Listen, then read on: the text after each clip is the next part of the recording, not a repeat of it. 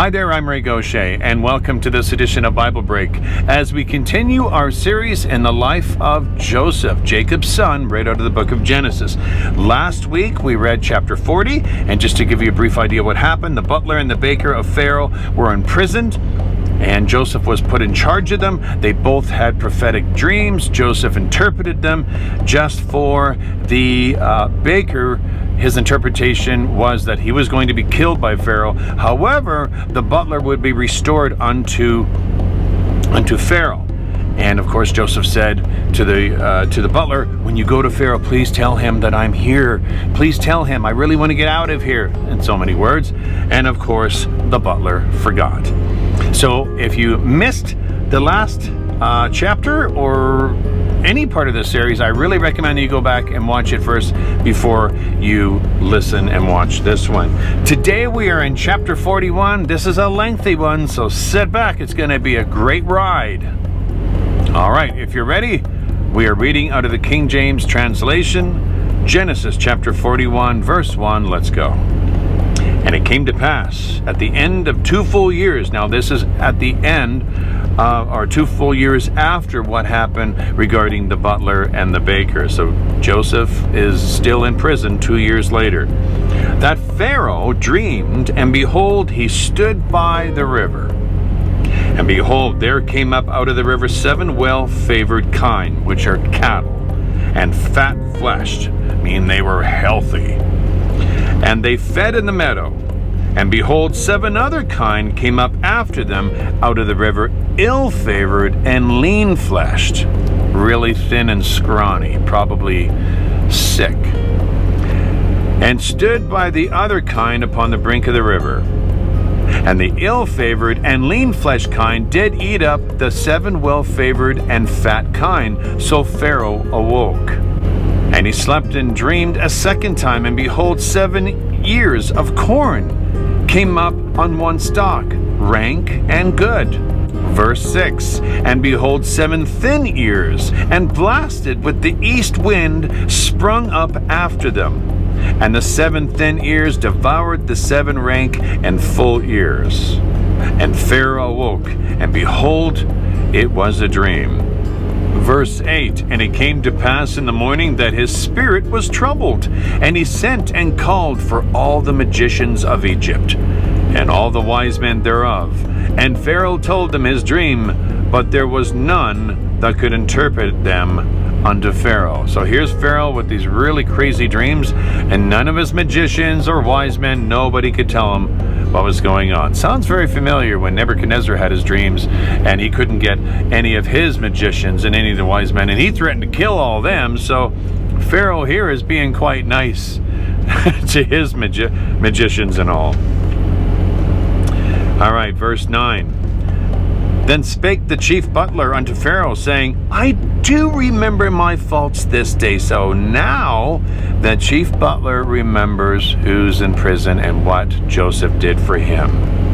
Verse 10, Pharaoh was wroth with his servants, and put me in ward in the captain of the guard's house, both me and the chief baker. And when we dreamed a dream in one night, and I and he, we dreamed each man according to the interpretation of his dream. And there was there with us a young man, a Hebrew servant to the captain of the guard, and we told him, and he interpreted to us our dreams, to each man according to his dream he did interpret. And it came to pass, as he interpreted to us, so it was, me he restored unto mine office, and him he hanged. Verse 14. Then Pharaoh sent and called Joseph, and they brought him hastily out of the dungeon, and he shaved himself, and changed his raiment, and came unto Pharaoh. Think about this. Can you imagine what Joseph looked like?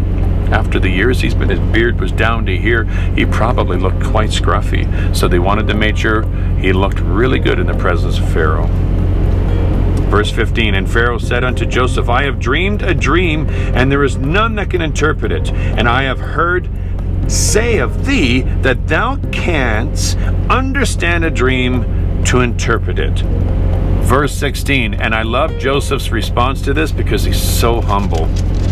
And Joseph answered Pharaoh, saying, It is not in me. God shall give Pharaoh an answer of peace. And Pharaoh said unto Joseph, In my dream, behold, I stood upon a bank of the river, and behold, there came up out of the river 7 kine, fat-fleshed, and well-favored. And they fed in the meadow. And behold, 7 other kine came up after them, poor and very ill-favored, and lean-fleshed, such as I have never saw in all the land of Egypt for badness. And the lean and the ill-fatted favored kine did eat up the first 7 fat kine, and when they had eaten them up, it could not be known that they had eaten them, but they were still ill-favored, as at the beginning. So I awoke. So he's saying that the ill-favored, the sickening, the thin cattle ate the fat ones, the healthy ones, and even after eating them, they still looked ill. Which this is telling us something severe is going to happen here. And I saw in my dream, and behold, 7 ears came up in one stalk, full and good. And behold, 7 ears withered thin, and blasted with the east wind sprung up after them. And the thin ears devoured the 7 good ears. And I told this unto the magicians, but there was none that could declare it to me. Obviously, because they don't know. They don't have the discernment of God. Verse 25. And Joseph said unto Pharaoh, The dream of Pharaoh is one. So both dreams is one dream. God hath shewed Pharaoh what he is about to do. The 7 good kine are 7 years, and the 7 good ears are 7 years. The dream is one. Verse 27. And the 7 thin and ill-favored kine that came up after them are 7 years, and the 7 empty ears blasted with the east wind shall be 7 years of famine. This is the thing which I have spoken unto Pharaoh. What God is about to do, he sheweth unto Pharaoh. Verse 29. Behold, there come 7 years of great plenty throughout all the land of Egypt, and there shall arise after them 7 years of famine, and all the plenty shall be forgotten in the land of Egypt, and the famine shall consume the land. So 7 years of plenty, and then after 7 years of plenty comes 7 years of famine. This is what Pharaoh's dream is trying to tell him. Verse 31, And the plenty shall not be known in the land by reason that the famine following, for it shall be very grievous. And for that the dream was doubled unto Pharaoh twice. It is because the thing is established by God, and God will shortly bring it to pass. Verse 33, Joseph continues, Now therefore let Pharaoh look out a man discreet and wise, and set him over the land of Egypt. Let Pharaoh do this, and let him appoint officers over the land, and take up the 5th part of the land of Egypt in the 7 plenteous years, and let them gather all the food of those good years that come up, and lay upon corn under the hand of Pharaoh, and let them keep food in the cities, and that food shall be for store to the land against the 7 years of famine, which shall be in the land of Egypt, that the land perish not through the famine. Verse 37, And the thing was good in the eyes of Pharaoh, and in the eyes of all his servants. And Pharaoh said unto his servants, Can we find such a one as this is, a man in whom the Spirit of God is? And Pharaoh said unto Joseph, Forasmuch as God hath shewed thee all this, there is none so discreet and wise as thou art. Thou shalt be over my house, and according unto thy word shall all my people be ruled. Only in the throne will I be greater than thou. And Pharaoh said unto Joseph, See, I have set thee over all the land of Egypt. And Pharaoh took off his ring from his hand, and put it upon Joseph's hand, and arrayed him in vestures of fine linen, and put a gold chain about his neck. Verse 43, and he made him to ride in the second chariot which he had, and cried before him, bow the knee. And he made him ruler over all the land of Egypt. I can't help but laugh at this. Here's Joseph thrown into prison. Everywhere he goes, he gets elevated. Everywhere he goes, he gets promoted. Everywhere he goes, he is blessed because he is a righteous man of God. Can you see what's happening here? Joseph was sold into slavery in Egypt for God's purpose, so he could do God's will. And what is God's will? Now that Joseph is in charge of Egypt, except for Pharaoh, of course he's higher, he will be in charge of gathering all the food during the 7 years of plenty and distributing it during the 7 years of famine. Verse 44, and Pharaoh said unto Joseph, I am Pharaoh, and without thee shall no man lift up his hand or foot in all the land of Egypt. And Pharaoh called Joseph's name Zaphnath-Paneah. I think I said that right. Zaphnath-Paneah. I think I said it right there. And he gave him to wife Athena, the daughter of Potiphar, priest of On. And Joseph went out over all the land of Egypt. And Joseph was 30 years old when he stood before Pharaoh, king of Egypt. And Joseph went out from the presence of Pharaoh, and went throughout all the land of Egypt. And in the 7 plenteous years the earth brought forth by handfuls. And he gathered up all the food of the 7 years which were in the land of Egypt, and laid up the food in the cities, the food of the field, which was round about every city, laid he up in the same. And Joseph gathered corn as the sand of the sea, very much, until he left numbering, for it was without number. So there was a lot of corn. There was a lot of plenty. God not only brought on the famine, but he also, the plenty was amazing. The plenty was a lot.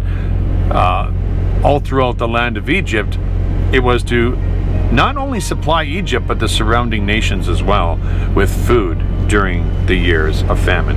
All right, verse 50. And unto Joseph were born 2 sons before the years of famine came, which Athena, the daughter of Paneah, priest of On, bare unto him. And Joseph called the name of his firstborn Manasseh, for God said, he hath made me forget all my toil and all my father's house. So he names his first son after the meaning of, I have forgotten everything that just happened to me, being in prison, being sold, etc. And the name of the second one called Ephraim, for God hath caused me to be fruitful in the land of my affliction.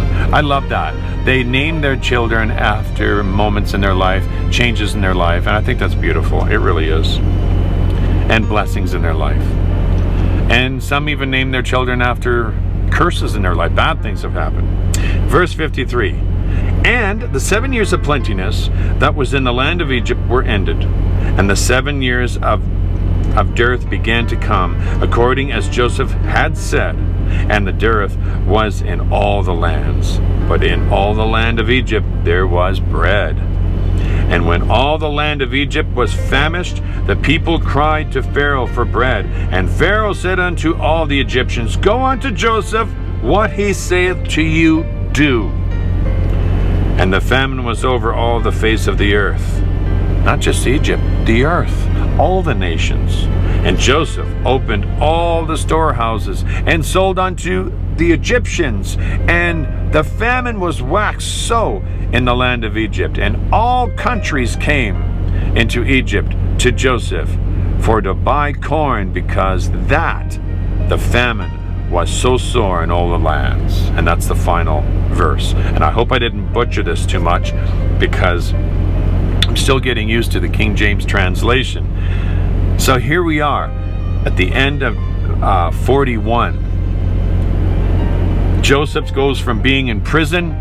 He is brought to Pharaoh. He interprets a dream. Pharaoh sees him wise and says, who can be this man that can take care of this to gather all of this plenty during the 7 years of plenty, and who can distribute and do things according during the 7 years of famine. And of course, he promotes Joseph. He gives him a wife. This is turning into an amazing story. Chapter 42 is even more amazing, and I hope you're enjoying this. So until next time, when we continue this series of Joseph in chapter 42, God bless you in the name of Yeshua. Bye for now.